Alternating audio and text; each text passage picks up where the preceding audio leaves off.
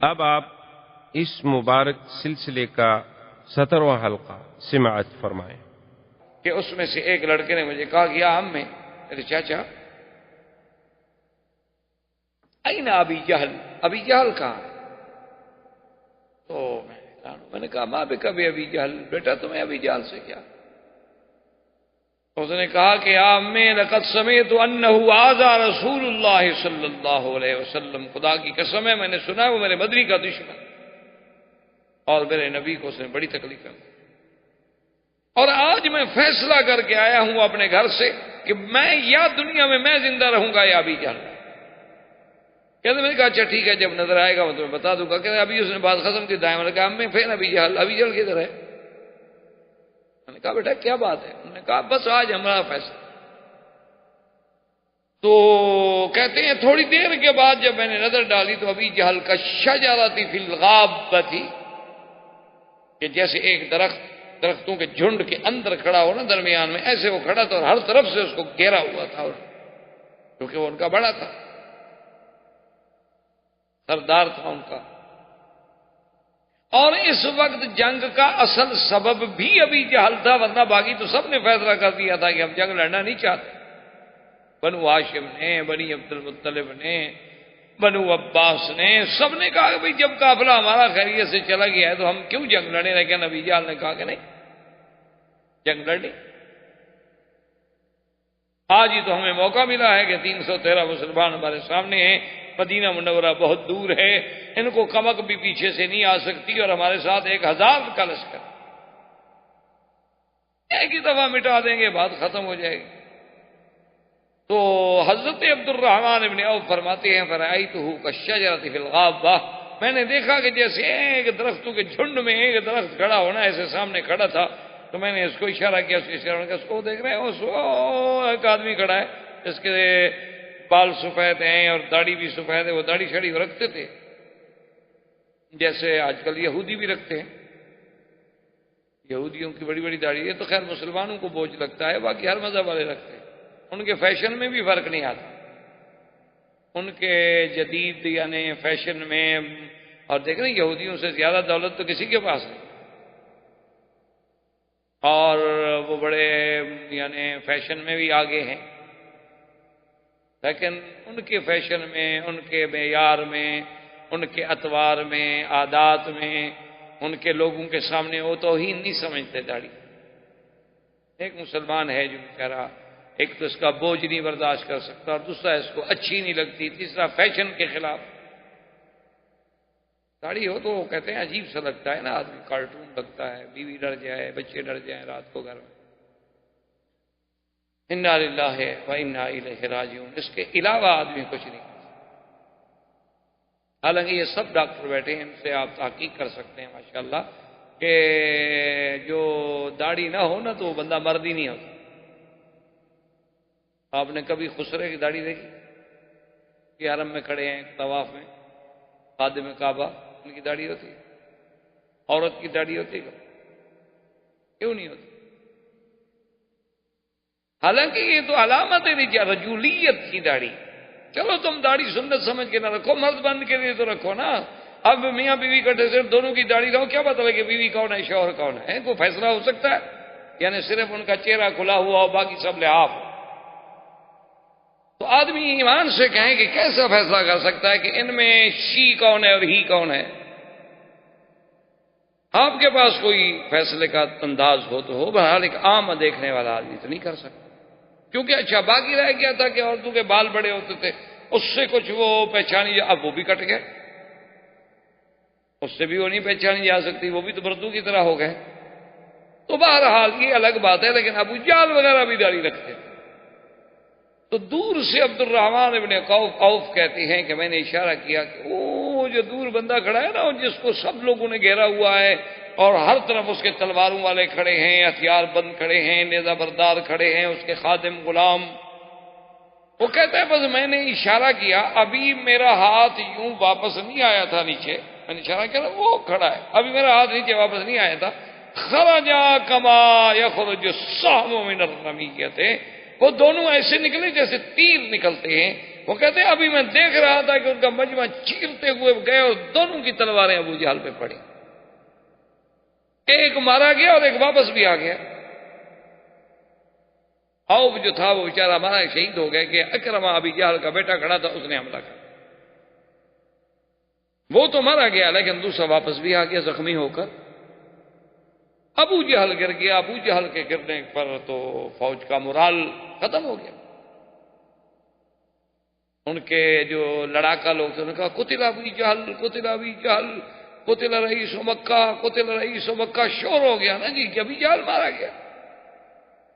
اب لوگ جو ہیں جناب افراتفری میں ایسے پریشان ہیں کہ ایک عربی ہے، ایک بدو ہے، اس کا کوئی جنگ شنگ سے تعلق نہیں تھا، نہ مسلمانوں سے نہ مکے والوں سے۔ وہ ویسے کہیں سے گزر رہا تھا، اس نے دیکھا کہ آپس میں جنگ بنی ہوئی ہے تو وہ ایک پہاڑی پہ ساتھ چڑھ کے اونچی جگہ پہ بیٹھ گیا کہ چلو دیکھیں تو صحیح جنگ کیسے ہوتی، ہاں دیکھیں تو صحیح کیسے لڑائی ہوتی۔ اچھا یہ تو قاعدہ تھا نا کہ اگر آپ جنگ میں نہیں ہیں تو آپ کو کوئی نقصان نہیں پہنچا، کیونکہ نہ آپ ادھر سے ہیں نہ ادھر سے، آپ تو علیحدہ بیٹھے ہوئے ہیں، آپ سے کیوں کوئی تعارض کرے۔ وہ بیٹھا ہے آرام سے اور کہتا ہے واللہ بار آئی تو عجبن، کہتا ہے عجیب بات، میں نے تو زندگی میں ایسا عجیب واقعہ نہیں دیکھا کہ فروق النساء، مکے والے ایسے بھاگ رہے تھے جیسے عورتیں بھاگتی ہیں پیٹھ دے کر، کیا ہو گیا ان کو؟ سامنے مجھے تھوڑے سے آدمی نظر آ رہے ہیں، ادھر بہت آدمی ہیں اور اس کے بعد بھاگ رہے ہیں۔ کہتا ہے بھاگنا تو عورت کا کام ہے، مرد تھوڑا میدان سے بھاگتا ہے، یہ کون کیا ہو گیا؟ تو ابھی اسی اسنا میں اب جب ان میں اللہ نے ہراس، خوف اور مسلمانوں کا رعب طاری کر دیا کہ اب بھاگنے لگے، تو اب تو پھر مسلمانوں نے ان کو تلواروں کی باڑ پہ رکھ لیا، انہوں نے کہا کہاں بھاگتے ہو؟ اور شجاعت کا عالم دیکھیں، ایک صحابی ہے جس کی عمر 17 سال، بعض کہتے ہیں یہی معاذ تھا، معاذ اور معوذ جن نے ابو جہل کو مارا۔ تو اس کا ایک بازو جو تھا اس کو تلوار لگی اور بازو کٹ گیا، لیکن آخری حصہ جلد کا جو تھا وہ اس کے ساتھ تھا، وہ پورا نہیں کٹا تھا، وہ بازو لڑک رہا ہے اور وہ دوسرے ہاتھ سے لڑ رہا ہے۔ بازو کی تکلیف نے جب اس کو پریشان کر دیا تو بیٹھ گیا، بیٹھ کے اپنے بازو پر پاؤں رکھا، کھڑے ہو کے توڑ ڈالا اس کو۔ ایسے آپریشن کرتے ہوئے آپ نے دیکھے کبھی؟ کیا ہے اسلام، ایمان؟ دیکھا نہیں آپ نے 1400 سال گزر گئے، طالبان کے پلے میں کیا ہے؟ یہ تو مدرسوں کے طالب تھے بیچارے، یہ تو اب دشمن کا میڈیا انہیں دہشت گرد بنا رہا ہے نا، ورنہ تو جو علاقہ ان کے پاس ہے اس جیسا مثالی امن تو دنیا کی کائنات کے کسی حصے میں نہیں۔ سونے سے لدی ہوئی عورت کو آپ بھیج دیں رات کو، پوری رات سفر کرتی رہے، اس کی طرف کوئی نظر اٹھا کے بھی نہیں دیکھ سکتا، سوال پیدا نہیں ہوتا۔ یہ تو چونکہ یہودی میڈیا ہے، سارا ان کے پاس جدید الیکٹرانک ٹیکنالوجی ہے، وہ بیچارے مسلمان ہیں، آپ نے دیکھا ہوگا کبھی ٹی وی شی میں دیکھا تو داڑیاں رکھی ہیں بیچاروں نے اور چادریں کندھوں پہ پڑی ہوئی ہیں، اور جناب کوئی پتہ نہیں، کبھی نہ لڑے، نہ کبھی ٹریننگ لی، نہ فوج، نہ ان کے پاس تجربہ، اور سامنے کون تھے؟ جنرل عبد المالک جیسے فوج کے لوگ، جنرل دوستم عبد المالک، بڑے بڑے جنگجو لوگ جنہوں نے باقاعدہ رشیا سے ٹریننگیں لی اور باقاعدہ منظم فوج کے منظم اور باقاعدہ جرنیل،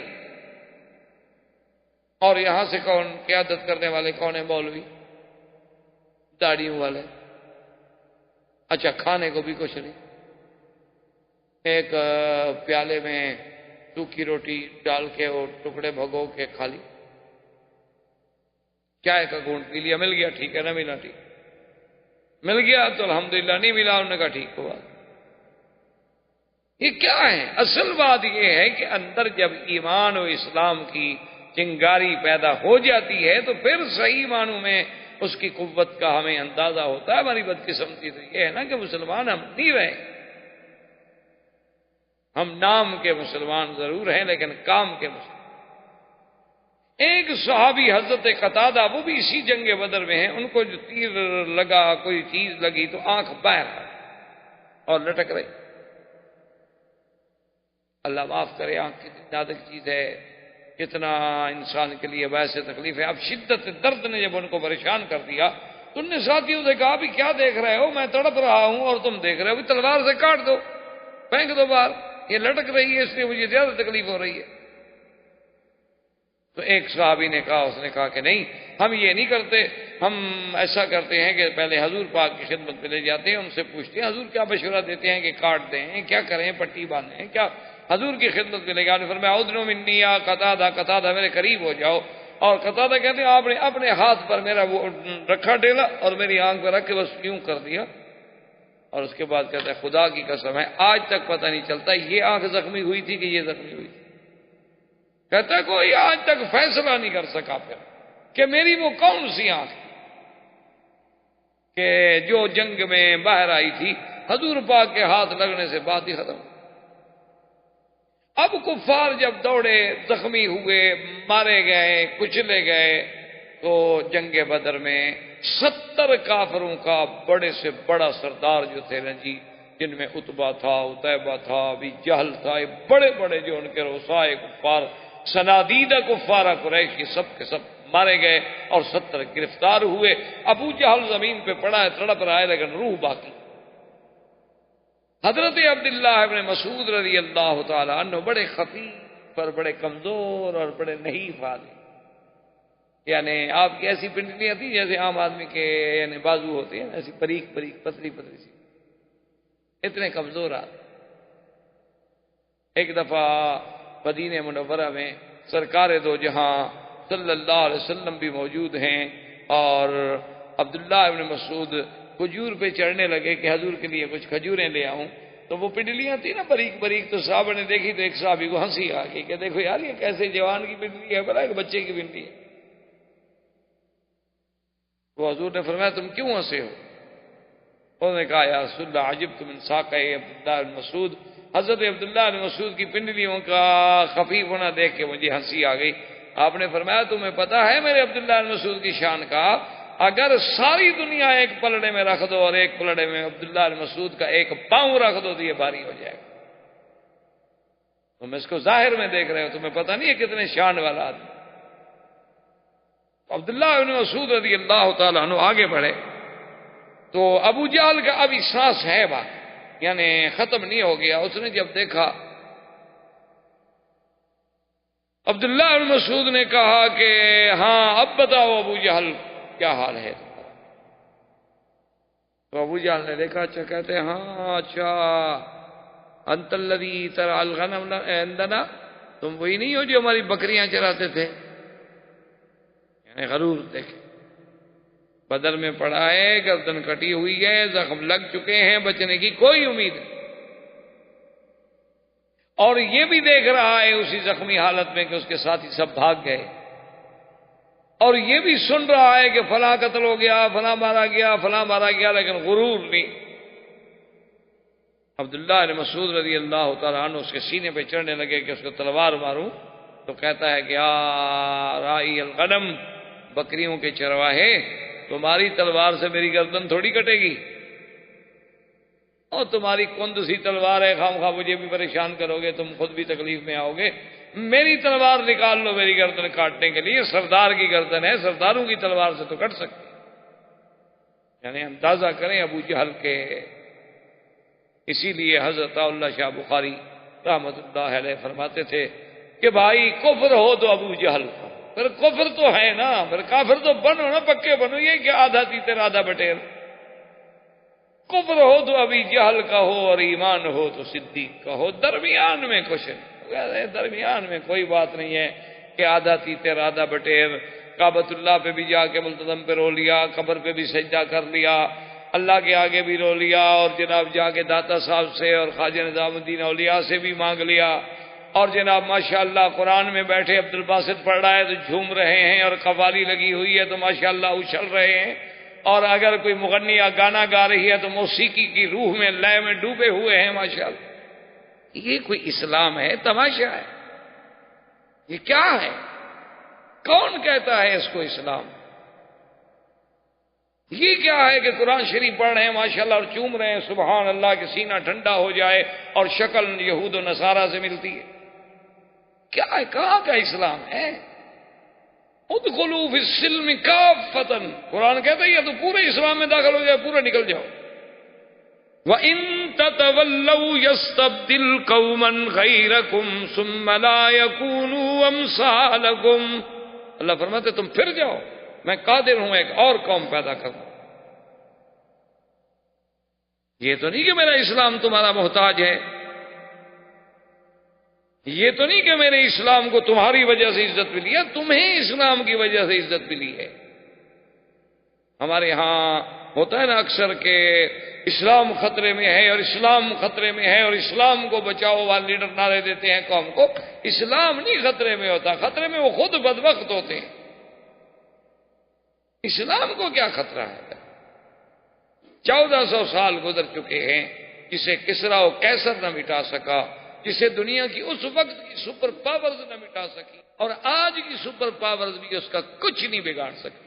یعنی آپ دیکھ لیں گے انشاءاللہ کہ 10 سال کے بعد ان کا برم کھل جائے گا اور اسلام وہیں ابھرے گا جہاں وہ مٹا رہے ہیں نا، اسلام ان کے اندر سے ابھرے گا۔ آپ دیکھ لیں وہ وقت دور نہیں ہے۔ جن سٹیٹس میں ہم نے کبھی 2 مسجدیں نہیں دیکھی تھی، اب 2,000 مساجد۔ جن سٹیٹس میں قرآن پڑھنے کے لیے، تراویح سننے کے لیے مسلمان مکہ شریف سے قاری منگواتے تھے، اب ان کے مدرسوں سے لوگ جاتے ہیں دوسرے ملکوں میں قرآن سنانے کے۔ یعنی آپ اندازہ کریں، آپ حیران ہو۔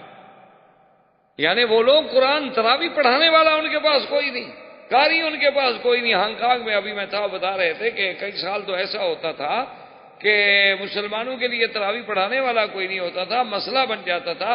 جن کو صرف قرآن کی 10 سورتیں یاد ہیں وہ بھی ہمارے سارے کام میں 3 یا 4 آدمی تھے،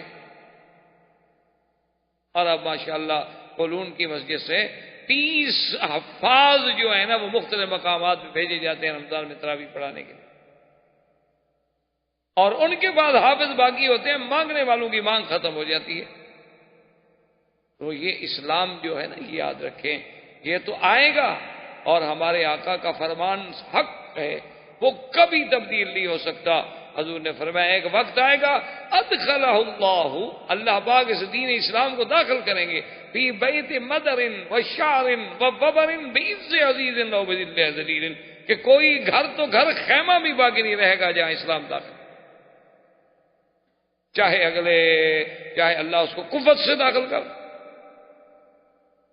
اس لیے آپ دیکھیں گے بڑے بڑے لوگ اسلام میں، اگلے دن میں دیکھ رہا تھا، پڑھ رہا تھا، جو پہلے جارج بش وغیرہ کو گزرا ہے یا اور کوئی پتہ نہیں پریزیڈنٹ گزرے ہیں ان کے امریکہ کے، اس کا پوتا مسلمان ہو گیا۔ بڑے بڑے راہب، بڑے بڑے پادری، بڑی بڑی راہبہ عورتیں اسلام لے آئے، کیونکہ جب وہ اسلام کی سچائیوں کو دیکھتے ہیں، جب وہ اسلام کے حقائق پر غور کرتے ہیں تو ان کو ماننا پڑتا ہے کہ بھی آخر 1400 سال پہلے یہ خبر حضور پاک کو کس نے دی۔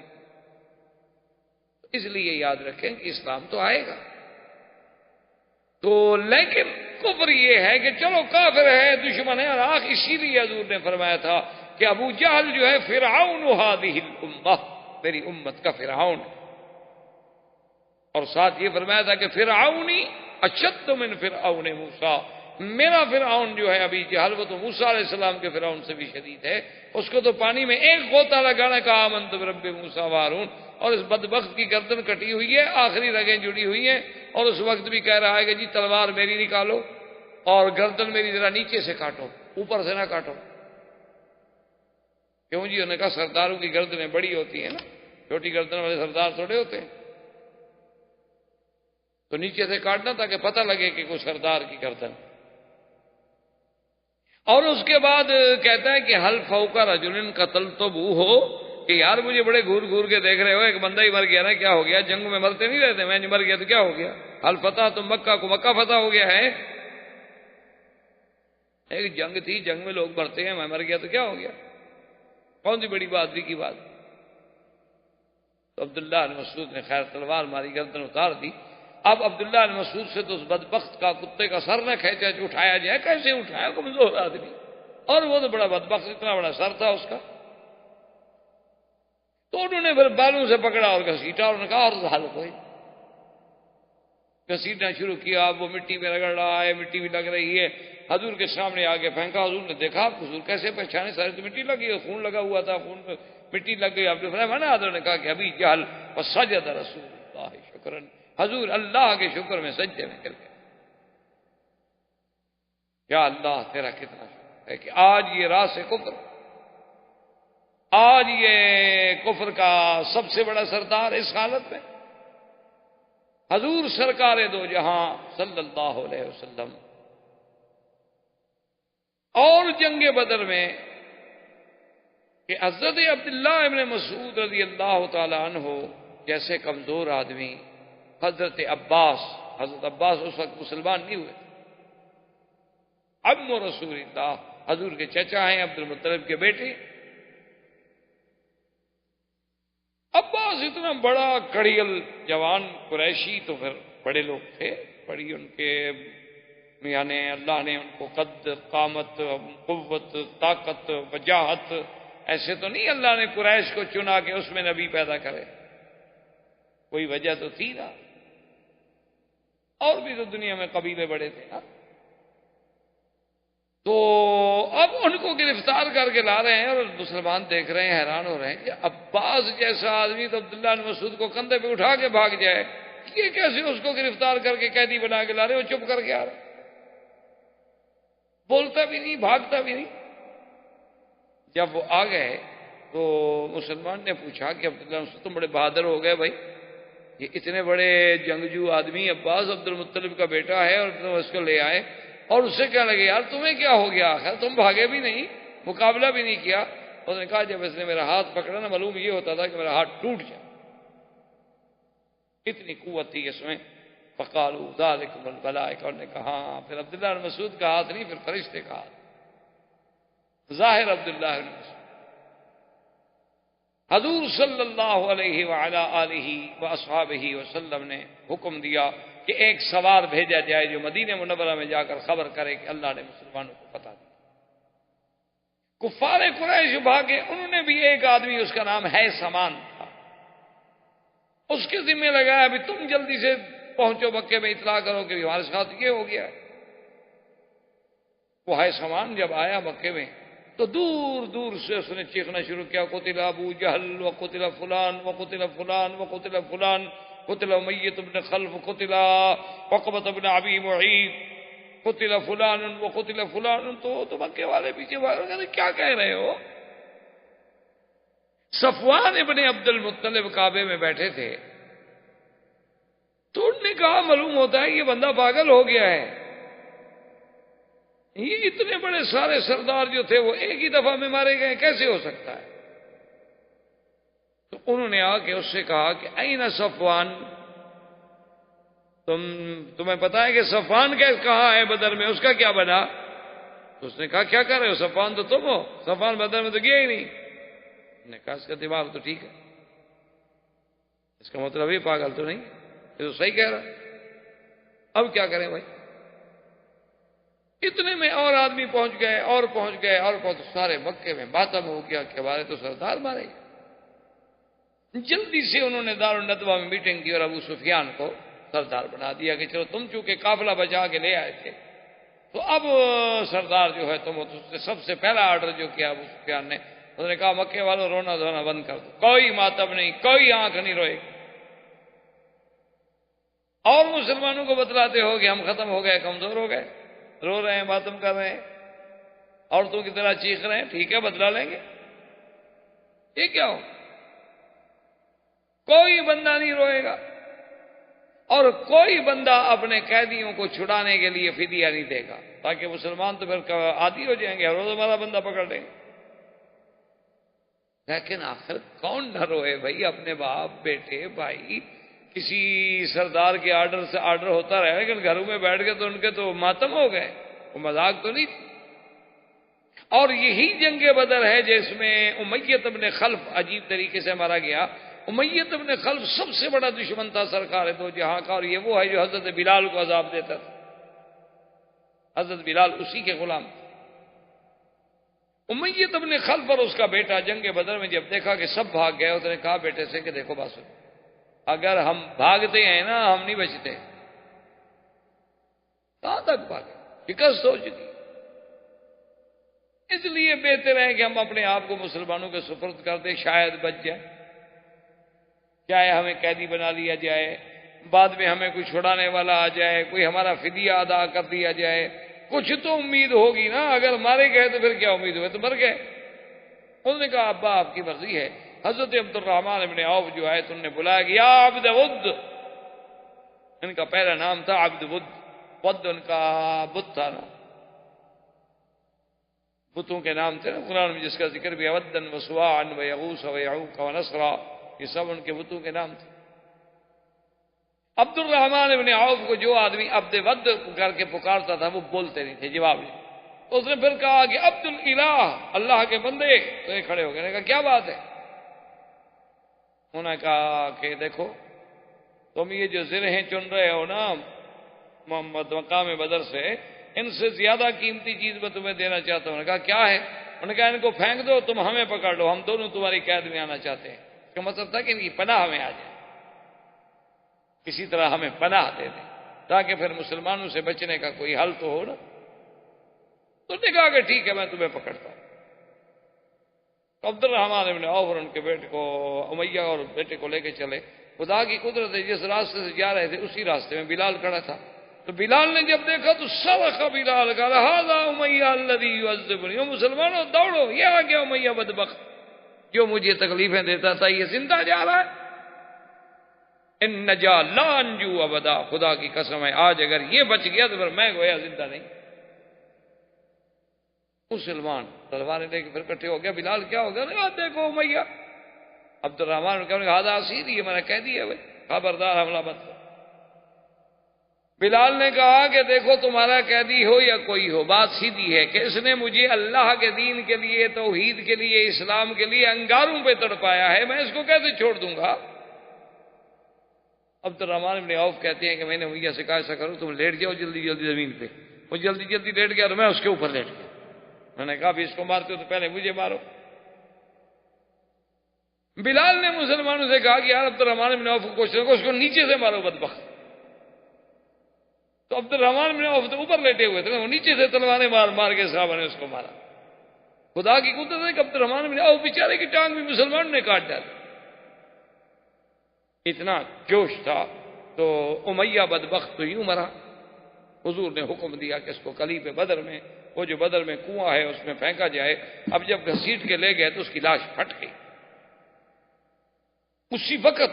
ایک تو ہے کہ کئی دن کے بعد چلو بھی اس میں نفخ ہو جائے، پھٹ جائے، اسی وقت ٹکڑے ٹکڑے ریزہ ریزہ ہو گئی، اور ایک ویسے بھی وہ ریزہ ریزہ ہو چکا تھا، تو اب اس کو کیسے گھسیٹیں، کیسے لے جائیں؟ تو انہوں نے بولا اچھا اس پر یہیں پتھر ڈال دو، یہیں اس کو ختم۔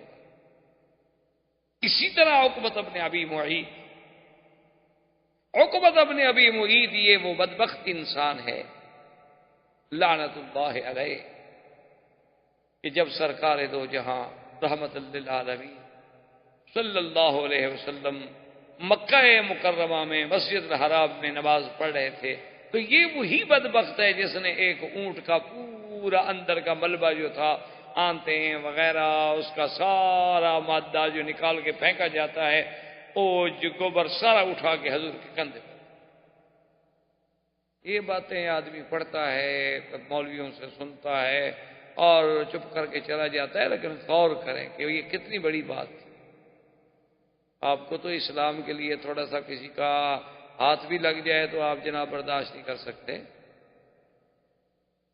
آپ اگر اسلام کے لیے تھوڑی سی تکلیف بھی آ جائے، کوئی ذرا تنگ جگہ ہو یا کہیں نماز پڑھنی پڑے، نیچے مصلی ذرا میلا ہو، کارپیٹ ذرا پرانا ہو گیا ہو، تو اس کے لیے بھی تکلیف برداشت نہیں ہوتی آدمی سے۔ لیکن اندازہ کریں کہ اللہ کے نبی پہ کیا گزری ہوگی کہ سر سجدے میں ہو اور پورے جسم پر ایک مردار جانور کا پورا گوشت کا حصہ پڑا ہو اور بدن خون خون ہو چکا ہو، اور زبان سے سبحان ربی الاعلی، کیا عالم۔ یہ ڈالنے والا کون تھا؟ یہی عقبۃ بن ابی، اور دوسری دفعہ یہی عقبۃ بن ابی معیط تھا بدبخت کہ حضور نماز پڑھ رہے تھے تو اس نے پاؤں رکھ دیا حضور کے سر پر۔ حضور نے فرمایا کاد ان یموت، ہو سکتا ہے میں قریب تھا کہ شاید مر جاؤ۔ سانس رک گئی، پاؤں رکھ کے ظالم کھڑا ہو گیا، بڑا اپنا 6-7 فٹ کا لمبا تڑنگا بلا دیو ہیکل انسان. تو جب یہ سامنے آیا حضور نے فرمایا ھذا عدو اللہ، یہ اللہ کا دشمن ہے، اس کو معافی نہیں. تو یہ 2 آدمی ہیں جو پکڑے جانے کے بعد بغیر لڑائی کے قتل کر دیے گئے، ایک عقبۃ بن ابی معیط اور ایک نضر بن الحارث اور امیہ بن خلف. اور باقی سب کو حضور نے فرمایا کہ جو مر گئے ان کو پکڑو اور گھسیٹو اور کنویں میں پھینک دو، کنویں میں ڈال دو. سب کو کنویں میں ڈال دیا. حضور صلی اللہ علیہ وسلم نے اسی میدان جنگ میں عجیب عجیب واقعات پیدا ہوئے. ایک صحابی نے کہا کہ یا رسول اللہ، میں تو حیران کہ میں نے ایک کافر کو تلوار ماری تو میری تلوار ابھی اس کی گردن کے قریب ہی نہیں پہنچی اور اس کا سر اڑ گیا.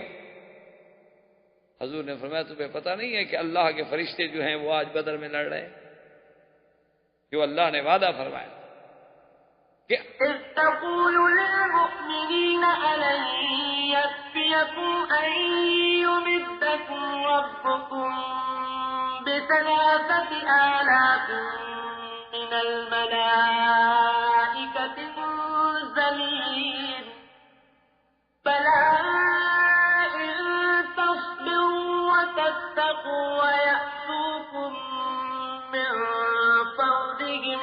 اللہ نے فرمایا اگر تم صبر کرو، اللہ تبارک و تعالیٰ کا تقوی اختیار کرو، اللہ پاک مدد بھیجیں گے. یمددکم ب5,000 من الملائکۃ مسومین. اللہ نے فرمایا 5,000 فرشتہ آسمانوں سے. اور فرماتی ہیں فرشتے ہم نے کیوں بھیجے، ورنہ فرشتہ تو ایک ہی کافی تھا نا. وما جعله الله إلا بشرى لكم ولتطمئن قلوبكم به وما النصر إلا من عند الله العزيز الحكيم. اللہ نے فرمایا کہ ہم نے جو فرشتے اتارے ہیں صرف تمہیں خوشخبری دینے کے لیے، تمہارے دلوں کی تسکین کے لیے، ورنہ مدد تو میرے ہاتھ میں ہے، میں جس کو چاہوں مدد دوں. فرشتوں کی کیا ضرورت ہے، اللہ چاہے بغیر فرشتوں کی مدد کر. ہم نے کیوں اتارے تھے؟ تاکہ تمہیں طاقت ملے، تمہیں قوت ملے، تمہارا تسکین قلب ہو جائے، تمہاری اعانت ہو جائے، ورنہ اصل مدد تو میرے ہاتھ. وَمَن نَّصْرُ إِلَّا مِن عِندِ اللَّهِ، اور نہیں آتی مدد مگر اللہ تبارک و تعالیٰ کی طرف سے. وہ جس کو چاہیں اس کی مدد فرما دیں، وہ چاہیں تو ابابیلوں سے ہاتھیوں کو بروا ڈالیں، وہ چاہیں تو ہوا سے قوم عاد جیسی گرانڈیل قوم بڑی قوت والی طاقت والی کو فنا کر ڈالیں، اس کی مرضی. عاد اتنے بڑے، آپ کو پتا ہے کہ عاد قوم جو تھی اتنی بڑے بہادر، اتنے بڑے قوت والے لوگ تھے کہ ایک پتھر جو ہم میں سے 60 اور 70 آدمی نہ اٹھا سکے وہ اکیلا اٹھا لے. لیکن اللہ نے جب عذاب بھیجا تو کوئی فوج نہیں بھیجی، فرشتے نہیں بھیجے. وَأَمَّا عَادٌ فَأُهْلِكُوا بِرِيحٍ صَرْصَرٍ عَاتِيَةٍ سَخَّرَهَا عَلَيْهِمْ 7 لَيَالٍ و8 أَيَّامٍ حُسُومًا فَتَرَى الْقَوْمَ فِيهَا سَرْعَىٰ كَأَنَّهُمْ أَعْجَازُ نَخْلٍ خَاوِيَةٍ. اللہ فرماتے ہیں کہ جب ہم نے قوم عاد کو ہلاک کیا، جب ہم نے قوم عاد کو ہلاک کیا تو ہم نے ہوا بھیجی، اور ہوا بھی 7 رات اور 8 دن متواتر چلتی رہی، اور ایسے اٹھا اٹھا کے پٹخ دیا کہ دیکھنے والا دیکھے تو معلوم ہو جیسے کھجوروں کے پورے جسد پڑے ہوئے ہیں. فرمایا کہ دیکھو ان میں کوئی بچا، کوئی میرے عذاب سے بھاگ سکا. تو اللہ چاہے تو ہوا بھیج کے مدد کر دے. اللہ اکبر. اللہ تبارک و تعالی رحمت فرمائے. 12 لوگ بھی عجیب ہوتے ہیں. اسی واقعے سے آج کل ہمارے لوگ ہیں نا، بعض جو آپ کو پتا ہے، بعض لوگ کہتے ہیں نا کہ منگل بدھ میں سفر نہ کریں، یہ ہو جائے گا وہ ہو جائے گا. انہوں نے انہی چیزوں سے نکالا ہے. انہوں نے کہا کہ قوم عاد پہ جب عذاب آیا، قرآن کہتے ہیں ایام نحسات، یہ نحوست والے دن تھے. تو کہتے ہیں کہ بدھ کے دن سے عذاب شروع ہوا اور بدھ کو ختم ہوا، اسی لیے بدھ کے دن جو ہے سفر نہ کیا۔ عجیب قوم۔ اچھا اگر ایک دن دشمن کے لیے منحوس ہو تو تمہارے لیے مبارک ہوگا یا تمہارے لیے بھی منحوس ہوگا؟ نہیں سمجھ آئی؟ جس دن دشمن بڑھ جائے تمہارا، چلو اس کے لیے تو منحوس ہے، لیکن تمہارے لیے تو خوشی کا دن ہے، تمہارے لیے کیسے منحوس ہو گیا؟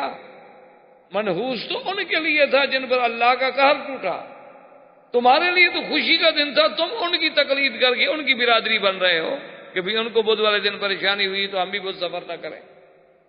یہ کیا عقل ہے یار؟ اللہ کے دن ہیں، یاد رکھو، ایک دن میں کسی کے گھر میں بچہ پیدا ہوتا ہے، کسی کے گھر میں موت ہو جاتی ہے، کسی کے گھر میں خوشی ہوتی ہے، کسی کے گھر میں غمی ہوتی ہے، یہ تو اللہ کا نظام ہے، یہ تو آپ نہیں کہہ سکتے۔ تو اس لیے اب آپ جناب اندازہ کریں کہ جنگ بدر میں یعنی ایسے ایسے عجیب عجیب واقعات آئے کہ اللہ تبارک و تعالی نے فرشتے بھیجے اور حضور قریب بدر پہ آئے۔ آپ نے فرمایا یا فلان هل وجدتم ما وعد ربكم حقا، کہ مکے والوں اللہ کا وعدہ سچا ہو گیا کہ نہیں؟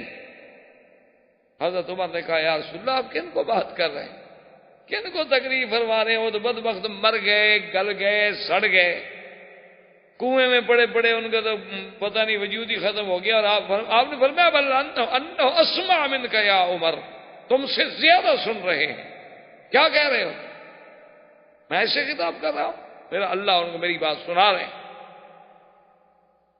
حضور سرکار دو جہاں صلی اللہ علیہ وسلم اب جنگ بدر کے بعد جب جنگ ختم ہو گئی، قیدی آ گئے، حضور نے صحابہ کو بلایا، مشورہ لیا کہ ان کا کیا کیا؟ حضرت عمر نے کہا یا رسول اللہ اگر میری بات مانتے ہو نا تو جیسے جیسے یہ بیٹھے ہیں نا سردار، ان کے کوئی میرا رشتہ دار ہے، کوئی حضرت علی کا رشتہ دار ہے، کوئی حضرت جعفر کا رشتہ دار ہے، کوئی حضرت ابو بکر کا رشتہ دار ہے، کوئی حضرت فلاں کا رشتہ ہے، تو آپس میں سارے قبیلے کے لوگ نا، تو ہر رشتہ دار کو آپ حکم دیں کہ اس کی گردن اڑا دیں۔ حضور یہ مٹ جائیں تو اچھا ہے، کفر بچے گا نا تو پھر کوئی نہ کوئی یہ تو کمپلے نکالے گا نا، پھر کوئی نہ کوئی تو شاخیں نکالے گا نا، اس کو اللہ نے موقع دیا ہے تو آج ہی کاٹ لو۔ حضور نے فرمایا عمر تم تو بڑے سخت ہو، پہلے ان کا 70 مر گیا، 70 قیدی ہو کے بیٹھے ہیں، تو ان کو بھی ختم کرنے کے در پہ ہو۔ آپ نے فرمایا ابو بکر تمہاری کیا رائے ہے؟ اس نے کہا حضور بات یہ ہے کہ اگر آپ مہربانی کر دیں، چلو یہ کچھ فدیہ بھی دے دیں، مسلمانوں کی مدد بھی ہو جائے اور ان کو رہا کر دیں تو ٹھیک ہے۔ آپ نے فرمایا اچھا ابو بکر تمہاری رائے مجھے قبول ہے، تو ان کو حکم دیا کہ بھئی ان کو فدیہ دو اور چھڑاؤ۔ اب سب کے فدیے آنے لگے تو ان میں ایک قیدی جو ہیں وہ ابو العاص ہیں، جو زوج ہیں زینب، بی بی زینب کے خاوند جو تھے ابو العاص ہی حضور کے داماد تھے، وہ بھی قید ہیں، اور ان کے پاس فدیے کا مال بھیجنے کے لیے کوئی چیز نہیں ہے، تو ان کی بیوی نے، بی بی زینب نے، حضور کی بیٹی نے اپنے گلے کا ہار اور کچھ چیزیں اور ادھر ادھر سے کچھ چیزیں اکٹھی کر کے فوراً بندہ بدر بھیجا کہ فدیہ دے کر میرے شوہر کو چھڑائے۔ جب وہ فدیہ لے کے پہنچے اور وہ ہار سامنے آیا تو حضور نے ہار جب دیکھا تو یہ ہار اصل میں بی بی خدیجہ کا ہار تھا جو انہوں نے اپنی بیٹی کو شادی کے وقت میں دیا تھا، تو حضور کو وہ ہار یاد آیا تو بی بی خدیجہ یاد آ گئی، فبکا رسول اللہ سے، حضور رونے لگے۔ حضور نے فرمایا میرے صحابہ اگر چاہو تو اس قیدی کو بغیر فدیے کے چھوڑ دو کہ میری بیٹی کے پاس یہی ہار اس کی کل کی، اگر چاہو تم راضی ہو، چونکہ یہ معاملہ مسلمانوں کا ہے، میں حکم نہیں دے سکتا۔ صحابہ نے کہا حضور آپ چاہیں تو سب کو چھوڑ دیں، ایک بات آپ چاہیں حضور تو سب کو چھوڑ دیں، ہم آپ کی بیٹی کا ہار لیں گے۔ تو حضور پاک نے اس کو رہا کر دیا۔ اچھا خدا کی شان دیکھو، وہ بھی تو قریشی تھا، وہ مکے میں آ گیا، حضور صلی اللہ علیہ وسلم کی قید سے واپس پہنچ گیا، چھوٹ گیا، اس وقت اسلام نہیں لے آیا، بعد میں اسلام لایا کہ میں قیدی بن کے اسلام قبول نہیں کروں، اسلام قبول کروں گا تو جب آزاد اپنے منشے سے، اپنی خوشی سے۔ اور بی بی زینب کو بھیج دیا، بعد میں خود مسلمان ہو کے آ گیا، الحمدللہ اللہ نے اس کے اسلام کو قبول فرما لیا، اور حضور صلی اللہ علیہ وسلم کے اس فیصلے پر اللہ کی طرف سے ناراض کی۔ اللہ نے حکم دیا، اور حدیث میں آتا ہے کہ حضرت عمر آئے، دیکھا کہ حضور بھی رو رہے ہیں اور ابو بکر بھی رو رہے ہیں۔ تو حضرت عمر نے سلام کیا اور کہا یا رسول اللہ ماذا یبکی، یا رسول اللہ حضور آپ کو کیا چیز رلا رہی ہے، مجھے بھی بتائیں تاکہ میں بھی تو آپ کے غم میں شریک ہو جاؤں۔ آپ نے فرمایا عمر، آج اللہ کا عذاب گویا کہ اتر کے اس درخت کے قریب آ گیا تھا، اگر وہ اترتا لما نجا منہا الا سعد و عمر، اس سے کوئی نہ بچتا مگر عمر اور سعد۔ اللہ نے تیرا فیصلہ قبول کر لیا کہ ان کافروں کو قتل کر دینا چاہیے تھا، فدیہ کیوں لیا؟ ما کان لنبی ان یکون له اسرا حتی یسخن فی الارض تریدون عرض الدنیا واللہ یرید الآخرہ واللہ عزیز حکیم۔ لولا کتاب من اللہ سبق لمسکم فیما اخذتم عذاب عظیم۔ اللہ نے فرمایا میرا مدنی یہ پیغمبر کی شان کو بات لائق نہیں کہ ہم دشمن قیدی بنا کے ان کے سامنے لائیں اور وہ چھوڑ دیں، کیوں دنیا کی آپ کو زیادہ ضرورت تھی؟ اگر ہم فیصلہ نہ کر چکے ہوتے کہ آپ کی ہر غلطی معاف ہے تو آج ہم پکڑ لیتے، لیکن ہم پہلے فیصلہ کر چکے ہیں کہ ہم نے اپنے پیغمبر کی ہر چیز معاف کر دی ہے۔ پہلے بھی آدمی یغفر اللہ لک ما تقدم من ذنبک وما تأخر۔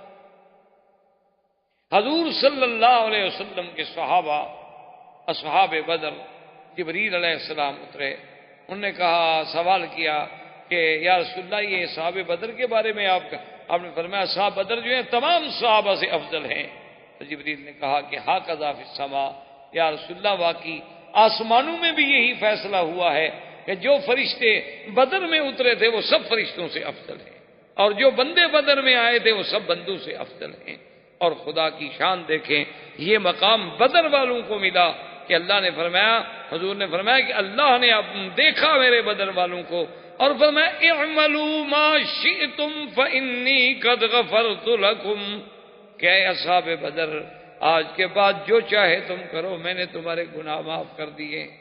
اتنی بڑی بشارت، اس کا مطلب یہ نہیں ہوتا کہ تم گناہ کرو، معنی یہ ہے کہ جب اتنا بڑا شان ملا ہے وہ تو اور زیادہ جھک جائیں گے، وہ تو اور زیادہ اطاعت کریں گے، اور زیادہ فرما برداری کریں گے، اور دوسرا پھر اللہ ان کو راستے سے ہٹنے نہیں دیں گے، وہ تو مقام بدر ہے۔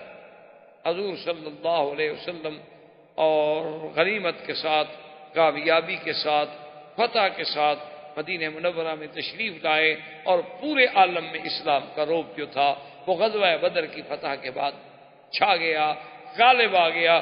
اب لوگ اسلام کو سوچنے لگے، سمجھنے لگے۔ تو یہ اول غزوۃ غزاها رسول اللہ صلی اللہ علیہ وسلم، واللہ تعالی عالم وعلمہ ختم۔ برادران اسلام، واجب الاحترام بزرگوں، دوستوں، عزیز نوجوان، سرکار دو عالم رحمت دو جہاں صلی اللہ علیہ وسلم کی سیرت طیبہ کے دروس الحمدللہ متواتر چلے آ رہے ہیں کہ حضور صلی اللہ علیہ وسلم کی ابتدائے ولادت مبارک سے لے کر آپ کی ولادت، رضاعت، پھر آپ کا بچپن، پھر آپ کا دور شباب، پھر سرکار دو جہاں کا زمانہ بعثت، زمانہ بعثت میں پھر زمانہ دعوت، پھر دور انذار، پھر تعذیب مسلمین، پھر ہجرت مسلمین، پھر ہجرت سرکار دو جہاں صلی اللہ علیہ وسلم، اور ہجرت کے بعد سب سے بڑا عظیم معرکہ، سب سے بڑا عظیم غزوہ، اور سب سے پہلا اسلام کا غزوہ، غزوہ بدر کے بارے میں ہم نے الحمدللہ کافی حد تک اپنے علم کے مطابق باتیں کی ہیں اور سنی ہیں، اور تقریباً ہم اس مقام پہ پہنچے تھے کہ حضور کو اللہ نے بدر میں فتح عطا فرمائی۔ بدر میں جب اللہ نے فتح عطا فرما دی تو کافروں نے اس خبر کو مکہ مکرمہ بھیجنے کے لیے، ایک شخص تھا جس کا نام تھا حیثمہ، اس کی ذمہ داری لگائی کہ تم مکے والوں کو خبر دو کہ بھی میدان بدر میں تو یہ ہو گیا کہ ہمارا 70 سردار مارا گیا ہے اور 70 قید ہو چکے۔ تو جب ہے سامان نے سرزمین مکہ میں آ کر یہ خبر دی تو پورے مکہ مکرمہ پہ سناٹا چھا گیا کہ یہ کیا ہو، کیونکہ وہ تو کبھی سوچ بھی نہیں سکتے تھے نا کہ اس قسم کا واقعہ بھی ہو سکتا ہے۔ خدا پر تو ان کا ایمان ویسے نہیں تھا، اللہ کے نبی سرکار دو جہاں صلی اللہ علیہ وسلم پر بھی ان کا کوئی ایمان نہیں تھا۔ وہ تو مادی اور اسباب کے مارے ہوئے لوگ تھے، ان کے تو سوچ میں نہیں آ سکتی تھی کہ ہماری اتنی بڑی طاقت، اتنی بڑی قوت، 1000 کا لشکر اور تند بے تربیت لوگوں سے مار کھا جائے۔ تو ابو سفیان کی سرداری کا فیصلہ ہوا، اور ابی لہب جو حضور صلی اللہ علیہ وسلم کا سب سے بڑا دشمن ہے، وہ خود نہیں گیا تھا بدر میں، لیکن اس نے اپنے بدل میں ایک آدمی کو پیسے دے کے بھیجا تھا کہ تم میری طرف سے جا کے اس جنگ میں شرکت کرو، لیکن خود وہ نہیں کیا۔ جب اس کو یہ خبر پہنچی تو وہ تو بس بیت عبد المطلب بھی جا کے گر گئی۔ کیسے ہو کہ ہمارے سارے سردار مارے گئے، ابھی جہل مارا گیا، عتبہ عتیبہ شیبہ سب کے سب مارے گئے، نضر بن الحارث، عقبۃ بن ابی، بڑے بڑے ان کے جو خناس تھے سب کے سب مارے گئے۔ ابی لہب تقریباً بدر کے بعد 1 ہفتے سے زیادہ زندہ نہ رہ سکا، اس کو یہ غم کھا گیا اور اسی غم میں وہ مر گیا، اور اس کو ایسی بیماری ہوئی کہ اس کے کوئی قریب نہیں جا سکتا، حتیٰ کہ اس کی اولاد بھی دور سے کھڑے ہو کے اس کو کھانا پھینکتے تھے، پانی پھینک دیتے تھے، لیکن کوئی قریب جانے کی کوشش نہیں کر سکتا تھا۔ اور جب مرا تو اس کی لاش پوری طرح پھٹ گئی، اور اس قدر بدبو تھی اس میں کہ اپنی اولاد بھی قریب جانے سے ڈری۔ تو بڑی مشکلوں سے انہوں نے بڑی لکڑی کے بڑے بڑے بانس انہوں نے بنائے اور اس کو اس کے نیچے ڈال کے دور دور سے اس کو پکڑا اور اٹھا کے کڑے میں پھینک دیا، کیونکہ اور کوئی حل نہیں تھا، کوئی اس کو ہاتھ نہیں لگا سکتا۔ حضور صلی اللہ علیہ وسلم نے بدر میں سے عبداللہ ابن ابی رواحہ، حضور کے صحابی ہیں رضی اللہ تعالیٰ عنہ، ان کو اپنی اونٹنی مبارک دی کہ تم میری اونٹنی پہ سوار ہو کے مدینے میں پہنچو اور مدینے والوں کو خبر دو کہ الحمدللہ اللہ نے ہماری فتح اور نصرت نصیب کر دی۔ عبداللہ ابن ابی رواحہ نے بدر سے حضور کی اونٹنی پہ سفر کیا، اور جب مدینے منورہ میں پہنچے تو خبر جو تھی وہ اس انداز میں دی کہ یا ایھا المؤمنون ابشروا، ایمان والو خوش ہو جاؤ، قتل ابی جہل، قتل نضر بن الحارث، قتل عقبۃ بن معیط، قتل امیہ بن خلف، فلاں مر گیا، فلاں مر گیا، تو پورا سینہ جمع ہو گیا کہ کیا بات۔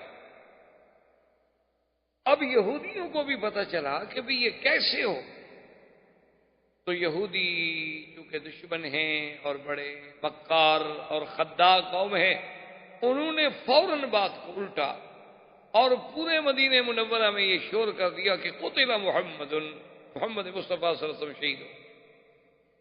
انہوں نے کہا تم کیا کہہ رہے ہو؟ عبداللہ ابن رواحہ کہہ رہا ہے کہ مسلمانوں کو اللہ نے فتح دی ہے اور کافر مارے گئے، اور تم اس کے بالعکس کہہ رہے ہو۔ اس نے کہا دیکھا نہیں حضور کی اونٹنی ہے، حضور اگر زندہ ہوتے تو اپنی اونٹنی پہ تشریف لے آتے نا، تو حضور کی اونٹنی کا خالی آ جانا جو ہے دلیل ہے کہ سوار جو ہے وہ شہید ہو گیا۔ اب مسلمان ایک عجیب مخمصے میں پڑ گئے کہ کیا ہو، کیونکہ انہوں نے بات ایک ایسے انداز میں کی تھی دشمن نے کہ جو دلوں کو پریشانی کا ذریعہ تو بن سکتی تھی کہ بھی بات تو ٹھیک ہے، آخر حضور نے اپنی سواری کیوں، حضور کی اونٹنی کیوں بھیجی گئی؟ لیکن جو ایمان والے تھے انہوں نے تو عبداللہ ابن ابی رواحہ کی بات کو یقین مان لیا کہ بھئی ایک صحابی ہے ہمارا ساتھی ہے، وہ کیسے بات غلط کیسے۔ اور اللہ کی شان دیکھیں کہ یہ خبر بدر کی جو تھی نجاشی کو بھی پہنچی حبشہ میں۔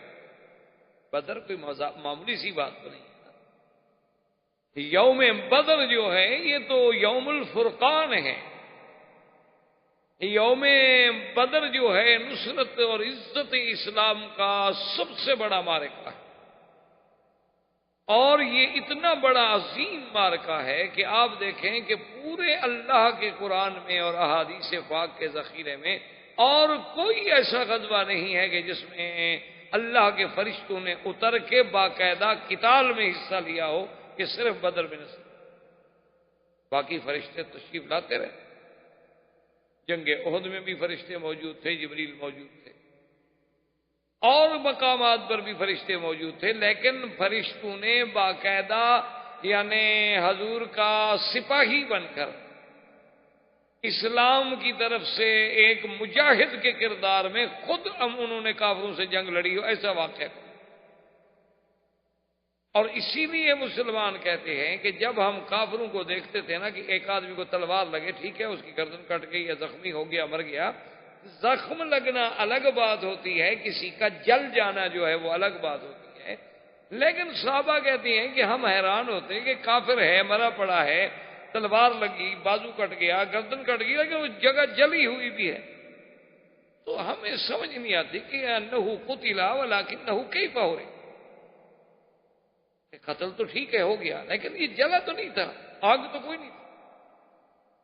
تو جب حضور صلی اللہ علیہ وسلم کو خبر دی گئی تو آپ نے فرمایا کہ جس جس پر آگ کا نشان پایا جائے سمجھ لو کہ اس کو ملائکہ نے مارا ہے، کیونکہ ملائکہ کے تو ہتھیار پھر جہنم سے آئے ہیں،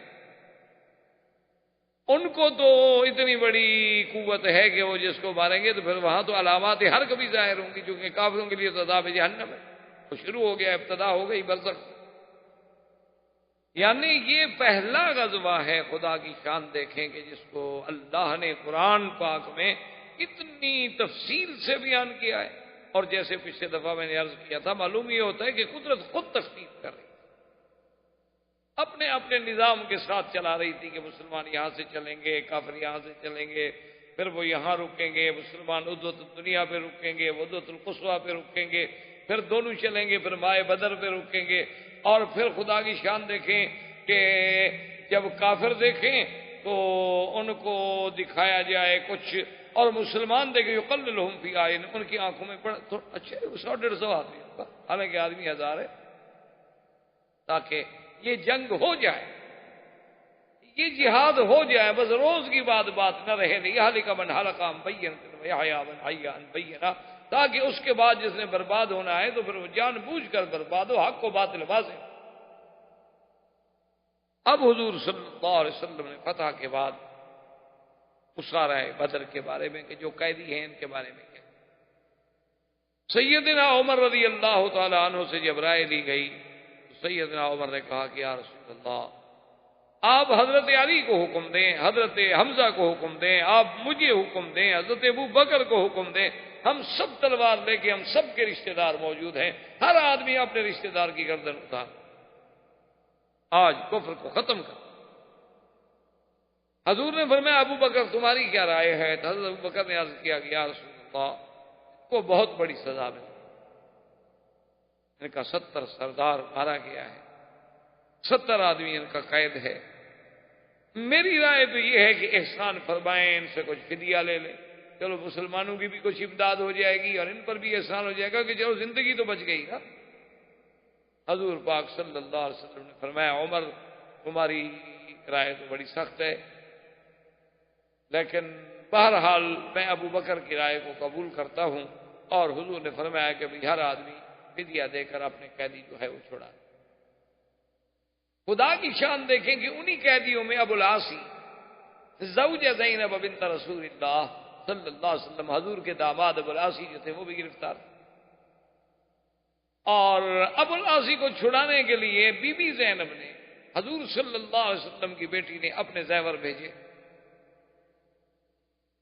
انہی میں ابنائے رفاعہ بھی تھے، انہوں نے کہا کہ یا رسول اللہ ہمارے باپ کے پاس تو ہمارے پاس تو کچھ نہیں، اگر آپ نے ہمیں قتل کرنا ہے تو کر، لیکن ہمیں چھڑانے کوئی نہیں آئے گا، چھڑانے تو ہمیں تب کوئی آئے گا کہ جب ہمارے پاس کوئی مال ہو، کوئی دولت ہو، کوئی قوت ہو، طاقت ہو، ہمارے پاس تو کچھ نہیں۔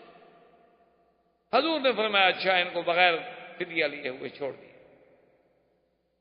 اسی طرح ایک کافروں میں قیدی تھا ابو عزا، اس نے کہا کہ یا رسول اللہ واللہ بھائی حضور خدا کی قسم ہے میرے پاس کچھ نہیں، میرے پاس کوئی مال نہیں، اگر آپ مجھے چھوڑنا چاہتے ہیں، سزا دینا چاہتے ہیں، قتل کر دیں، اب ہم قیدی ہیں، آپ کے ہاتھ میں ہیں، اور اگر آپ چھوڑنا چاہتے ہیں تو مجھے چھوڑ دیں، میں ایک وعدہ کرتا ہوں کہ آپ کے خلاف کبھی زندگی میں جنگ نہیں لڑوں، آپ کے دشمنوں سے مل کر آپ کے خلاف کبھی لڑوں یہ نہیں۔ حضور نے فرمایا سن۔ ابو العاص جب آیا، حضور صلی اللہ علیہ وسلم کے داماد اور زیور آئے، تو حضور صلی اللہ علیہ وسلم کے سامنے جب وہ زیور رکھے گئے تو ان میں ایک ہار تھا، گلے کا چاندی کا ہار تھا۔ حضور کی جب نظر پڑی فبقا رسول اللہ صلی اللہ علیہ وسلم، حضور کو پڑے۔ حضور نے فرمایا میرے صحابہ یہ خدیجہ کا ہار ہے جو اس نے اپنی بیٹی کو نکاح اور شادی کے موقع پہ دیا تھا، اور اس ہار کو دیکھ کر مجھے خدیجہ بھی یاد آ گئی، اگر تم احسان کر سکو تو محمد مدنی صلی اللہ علیہ وسلم کی بیٹی کا ہار ہے واپس کر دو، لیکن چونکہ قیدی تمہارے ہیں اب حکم تمہارا ہی چلے۔ تم نے کہا کہ یا رسول اللہ یہ کوئی بات ہے، آپ حکم فرمائیں تو ہم سارے قیدی چھوڑ دیں؟ یہ تو زوج بنت رسول صلی اللہ علیہ وسلم کی بات ہے۔ حضور نے فرمایا اچھا ابو العاص کو پیسے بھی زیور بھی واپس کر دو اور چھوڑ دو، لیکن آپ نے فرمایا ابو العاص ایک وعدہ کرو میرے ساتھ کہ ہم نے تمہیں چھوڑ دیا ہے، میری بیٹی کو مدینہ منورہ بھیج، جب تم کافر ہو اب مسلمان اور کفر کا اجتماع جو ہے وہ نہیں۔ اس نے کہا کہ یا رسول اللہ یہ میرا وعدہ ہے، میں آپ کی بیٹی کو مدینہ منورہ بھیج دوں گا۔ اسی لیے حضور فرماتے تھے دیکھو کہ اللہ نے مجھے کتنا اچھا داماد دیا تھا کہ کافر تو تھا لیکن اس نے جھوٹ نہیں بولا اور وعدہ خلافی نہیں کی، مدینہ پہنچ کے فوراً حضور کی بیٹی کو بھیج۔ سارے مکے والوں نے مخالفت کی، کیا کر رہے حضور کی بیٹی ہمارے ہاتھ میں ہے، ہم تو بڑے سے بڑا انتقام لے سکتے ہیں حضور سے، اور بیٹی کے بدلے میں ہم بڑی سے بڑی رعایتیں حاصل کر سکتے ہیں۔ اس نے کہا کہ میں نے حضور سے وعدہ کیا اور میں اپنی زبان سے نہیں کر سکتا کہ جھوٹ بولنا جو ہے کافر کے نزدیک بھی عیب تھا۔ ارے آپ دیکھیں کہ بڑے بڑے کافر تھے، مشرک تھے، لیکن جھوٹ بولنے کو عیب سمجھتے تھے کہ میں جھوٹ کیسے بولوں۔ اور آج مسلمانوں میں جو سب سے زیادہ صفائی سے جھوٹ بول لیتا ہو وہ ان کا لیڈر ہوتا ہے، وہ ان کا قائد ہوتا ہے، اور اسی کو سارے لوگ بڑا معزز اور اچھا آدمی سمجھتے ہیں۔ حالانکہ جھوٹ اتنی بری چیز ہے کہ جہاں اللہ نے شیطان پہ لعنت بھیجی وہاں جھوٹ بولنے والوں نے۔ تو حضور صلی اللہ علیہ وآلہ وسلم نے اس مشورے کے بعد ابھی یعنی قیدی تو آزاد ہو گئے، اب بدر سے حضور صلی اللہ علیہ وسلم کی واپسی کا سفر شروع ہونے والا ہے، آپ بیٹھے ہوئے ہیں کہ آیت مبارک نازل ہوئی۔ حضرت عمر فرماتے ہیں کہ میں جب آیا میں نے دیکھا کہ حضور بیٹھے ہیں، ابو بکر بیٹھے ہیں اور رو رہے ہیں، تو میں نے سلام کیا، میں نے کہا ما یبکیکما، یا رسول اللہ کیا بات ہے، آپ کیوں رو رہے ہیں، کوئی ایسی بات ہے تو مجھے بتائیں تاکہ میں بھی تو شریک ہو جاؤں رونے میں۔ آپ نے فرمایا عمر آج اللہ کا عذاب جو سمجھو یوں نازل ہوا کہ اس درخت کے قریب آ گیا، اور اگر اللہ کی رحمت نہ ہوتی اور وہ عذاب اتر جاتا تو کوئی بھی نہ بچ سکتا الا سعد و عمر، مگر صرف عمر اور سعد بچ جاتے، باقی سب کو عذاب پکڑ، جس کو اللہ نے قرآن میں بھی فرمایا کہ لولا کتاب من اللہ سبق لمسکم فیما اخذتم عذاب عظیم، کہ میرے مدنی محمد مصطفیٰ اگر ہم اپنے تقدیر کا پہلے فیصلہ یہ نہ کر چکے ہوتے کہ آپ کی ہر غلطی ہم نے معاف کر دی ہے تو آج ہم پکڑ لیں۔ تم نے دشمنوں کو آپ نے اسارا کو، آپ نے صنادید کفار قریش کو چھوڑ دیا، ہم ان کو پکڑ کے لاتے ہیں تو آپ کے سامنے تاکہ آپ کے لیے دین کی عزت ہو، اور آپ چاہتے ہیں کہ کچھ صحابہ کا فائدہ ہو جائے حیات دنیا کے لیے۔ اتنا بڑا عتاب آیا، اور ساتھ اصحاب بدر کو اتنا بڑا مقام ملا کہ حضور نے فرمایا ان اللہ اطلع الی اہل بدر، حضور فرماتی ہیں کہ اللہ تبارک و تعالی نے خود اپنی نظر فرمائی اہل بدر اور فرمایا اعملوا ما شئتم انی قد غفرت لکم، کہ اے اصحاب بدر آج کے بعد جو چاہے تم کرو، میں نے تمہارے گناہ معاف کر دیے ہیں۔ اتنی بڑی بخشش کا مقام ہے، یعنی آپ عظمت بدر کا اندازہ لگا کہ سیدہ عائشہ صدیقہ بنت صدیق رضی اللہ تعالی عنہا پہ جب تہمت لگائی گئی، اس سے بڑا گناہ کوئی ہو سکتا ہے کہ بی بی عائشہ پہ تہمت لگائی جائے؟ امہات المومنین پہ، زوجہ رسول محمد مصطفیٰ پہ، اور نعوذ باللہ نعوذ باللہ نعوذ باللہ تہمت بھی زنا کی۔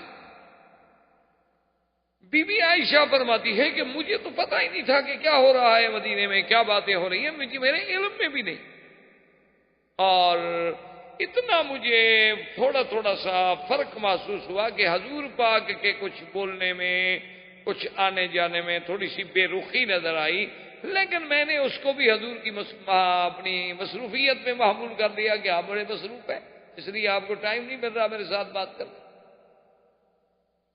کہتی ہیں کہ ایک رات جب میں نکلی گھر سے، کیونکہ اہل مدینہ کی عورتیں اس وقت یہ گھروں میں حمام وغیرہ تو بنے نہیں تھے، لہذا اپنی ضروریات کے لیے عورتیں جو تھی شام کو کٹھی ہو کے باہر چلی جاتی، جیسے ہمارے یہاں پہلے دیہاتوں میں بھی یہ بات ہو۔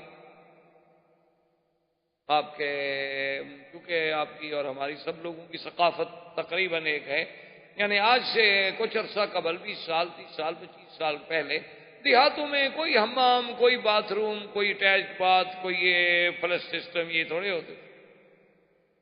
اب بھی اتنے دیہات ہیں جہاں اب بھی نہیں۔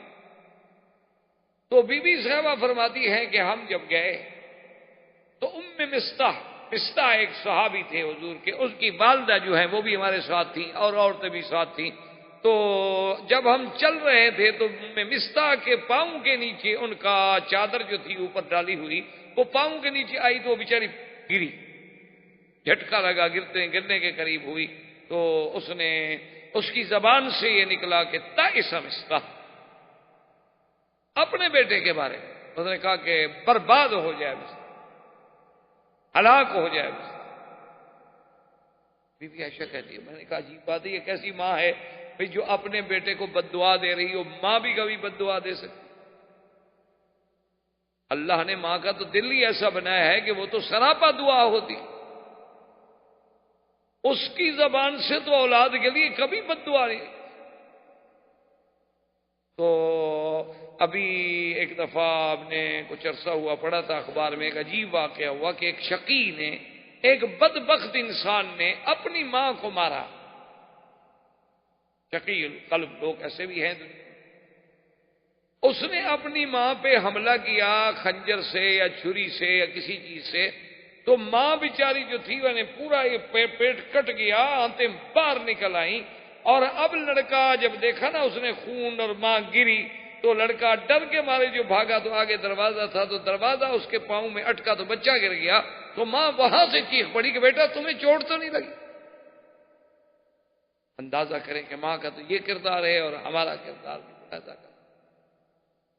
ماں کا تو اتنا بڑا مقام، ایسے تو نہیں اللہ نے فرما دیا ہے حضور پاک کی زبان مبارک سے کہ الجنت تحت اقدام الامہات، کہ ماں کے پاؤں کے نیچے جنت۔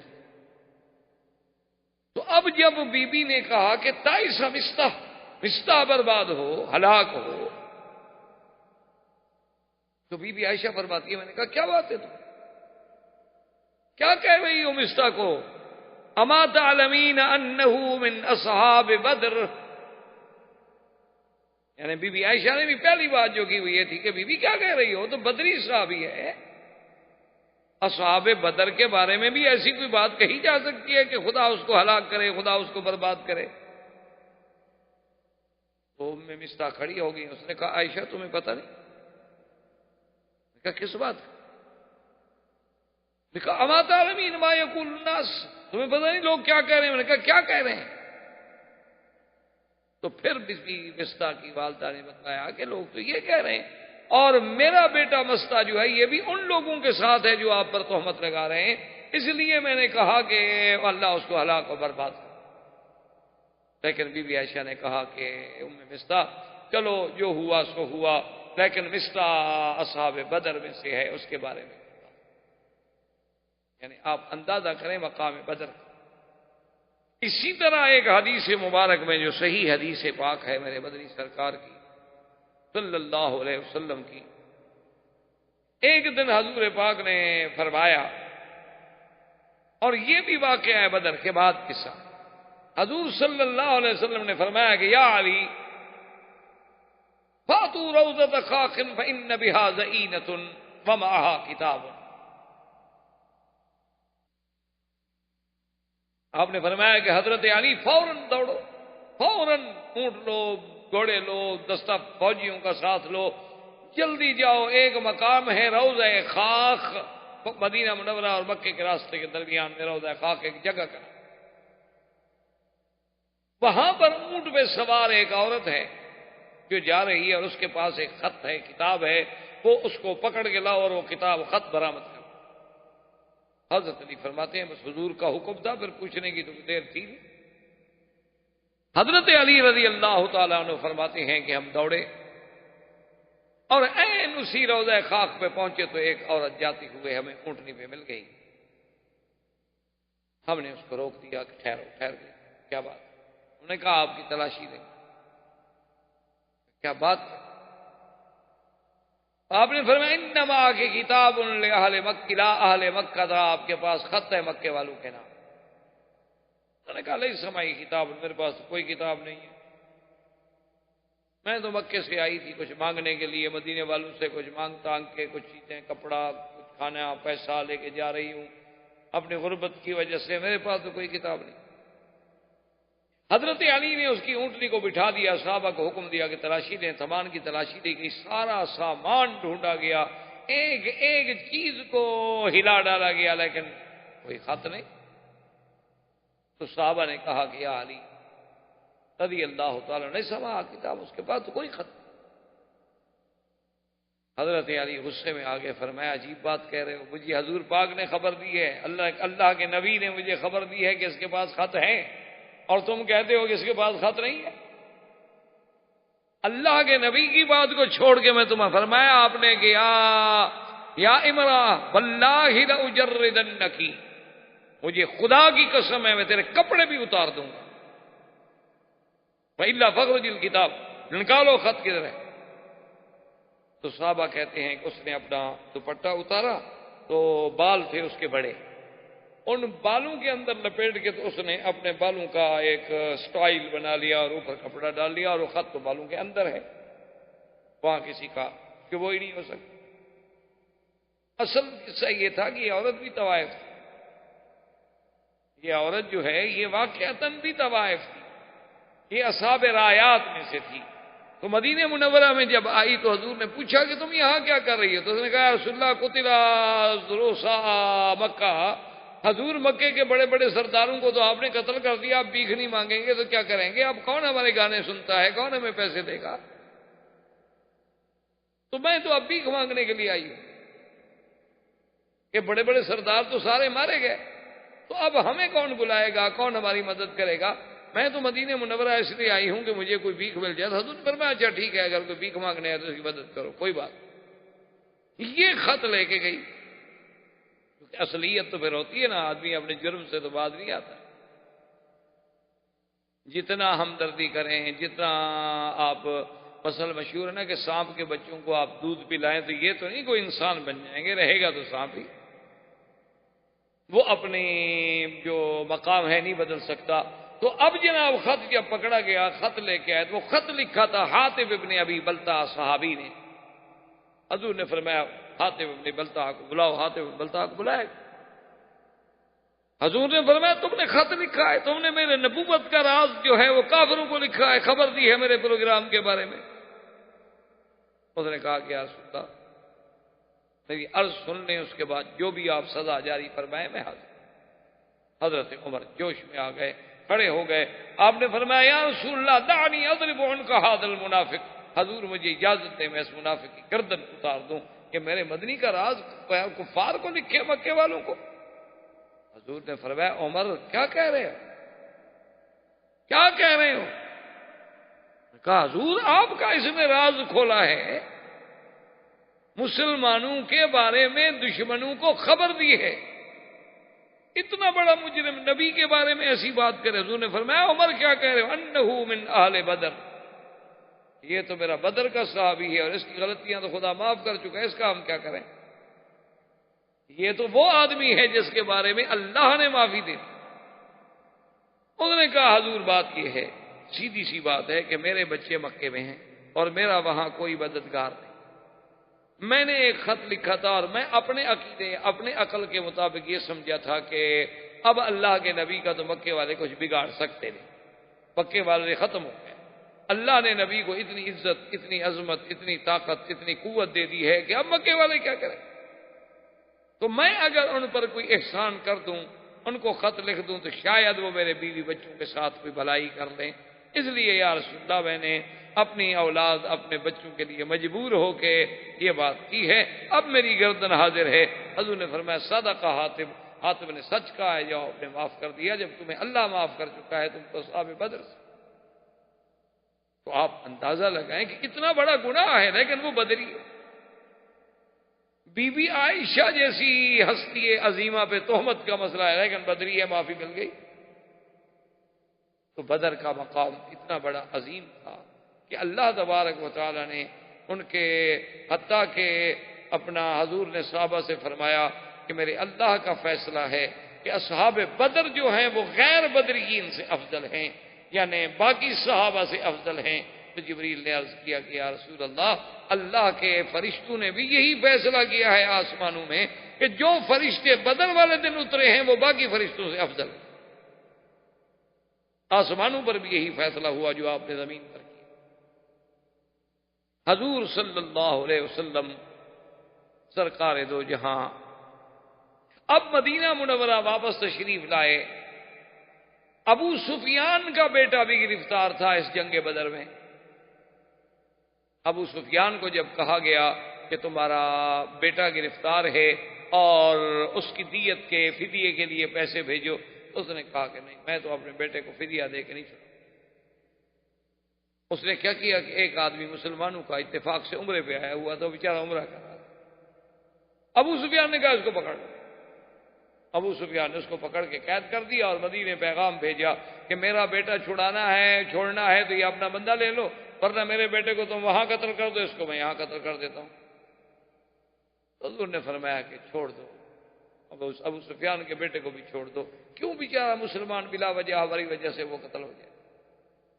اب جب بات ختم ہو گئی, جنگ ختم ہو, ابو سفیان نے اسی دور میں دیکھیں عجیب کتنا سرداروں میں, قبائلی لوگوں میں کتنی غیرت اور کتنا غصہ ہوتا تھا. قسم کھالی کہنے لگا واللہ لا اغتسل من الجنابۃ حتی انتقم من محمد. کہنے لگا خدا کی قسم ہے میں غسل جنابت بھی نہیں کروں گا. بعض علماء نے کہا یعنی بیوی سے ملوں گا لیکن غسل نہیں کروں. بعد نے کہا کہ نہیں, اس کا معنی یہ تھا کہ میں خوشی بھی نہیں کروں گا, اپنی بیوی سے بھی نہیں ملوں گا جب تک کہ میں مسلمانوں سے بدلہ نہ. اب کیا ہم نے بیویوں سے ملنا ہے, اب کون سی ہماری مردانگی ہے. تو اس نے ایسا ایسا اپنے خاص لوگوں کو تیار کیا اور اس نے 200 آدمی تیار کیا کہ مسلح اور بڑے جوان اور بڑے چنے ہوئے لوگ, کیونکہ سب سردار مر گئے تھے, ان کی اولادوں میں سے پھر لوگ نکلے, تو ان 200 آدمیوں کو لے کر وہ نکلا مدینہ منورہ پر حضور صلی اللہ علیہ وسلم سے بدلہ لے. اچھا, اسی غزوے کا نام جو ہے ذات بنی, اسی کا نام بنی سویق بھی ہے, غزوۃ بنی سویق بھی ہے. وجہ کیا تھی کہ ابو سفیان بے حد کھجوروں کا ذخیرہ لایا تھا کہ پتہ نہیں ہمیں مدینے کے باہر کتنا دیر بیٹھنی پڑے. اس دور میں غذا جو تھی تو یہ ہوتی تھی کہ بھی کھجور ساتھ رکھ لی, کوئی ستو رکھ لیے, کوئی آٹا رکھ لیا, بس ٹھیک ہے کھجوریں کھائیں, پانی پی لیا, دن گزر گیا. تو جب وہ یہاں سے چلے تو انہوں نے بڑی کوشش یہ کی کہ ہمارے اس حملے کا مسلمانوں کو پتہ ہی نہ چلے اور ہم اچانک مدینے پہ جا پڑے. اتنی رازداری سے وہ چلے نا جی، اتنا دور کا راستہ انہوں نے اختیار کیا کہ کوئی سوچ ہی نہیں سکتا.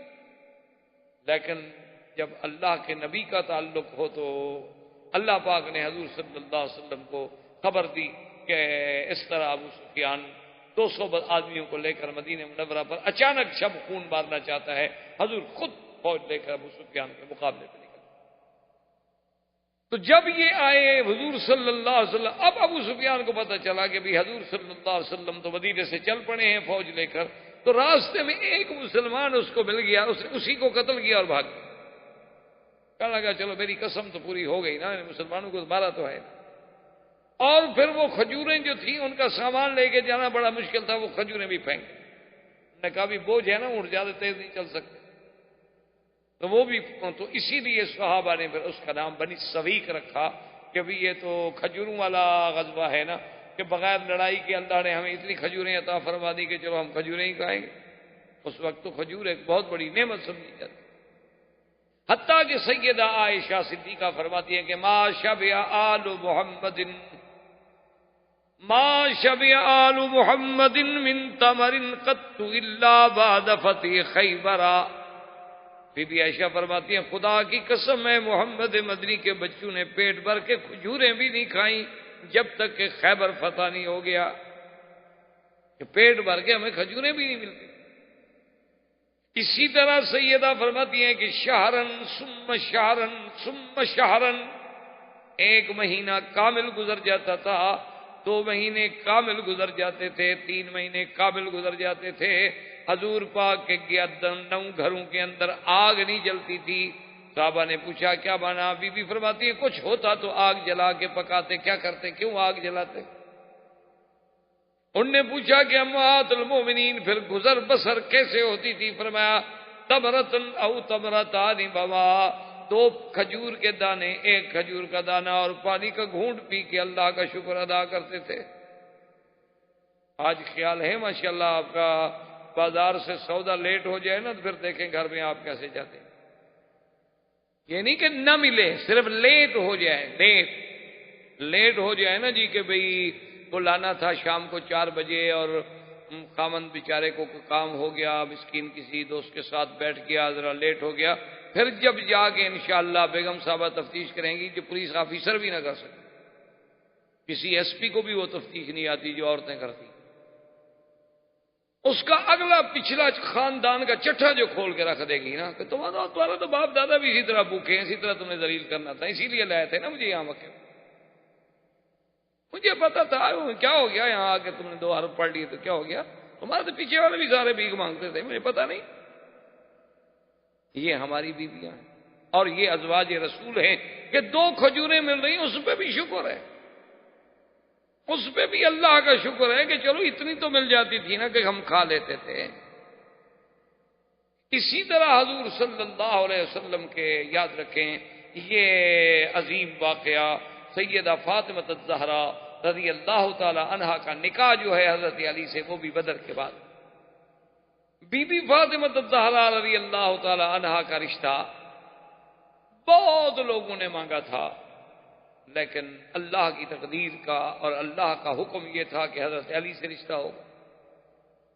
اور حضرت علی رضی اللہ تعالیٰ عنہ فرماتے ہیں کہ میرے ساتھ تو عجیب واقعہ ہو گیا بی بی فاطمہ الزہرا کے نکاح سے پہلے کہ میں نے 2 اونٹنیاں بڑی ان کو کھلایا پلایا ماشاءاللہ موٹی تازی ان کو تیار کیا ہوا تھا کہ بس رسیاں لیں اور اب میں جا کے دور دور سے لکڑی لاؤں گا اور مدینے کی مارکیٹ میں لکڑی بیچوں گا اور پیسے جمع ہو جائیں گے تو میں بی بی فاطمہ سے شادی ہوگی، شادی پہ خرچ ہوگا، ایسی شادی کروں گا کہ مدینہ پاک میں ایسی شادی نہیں.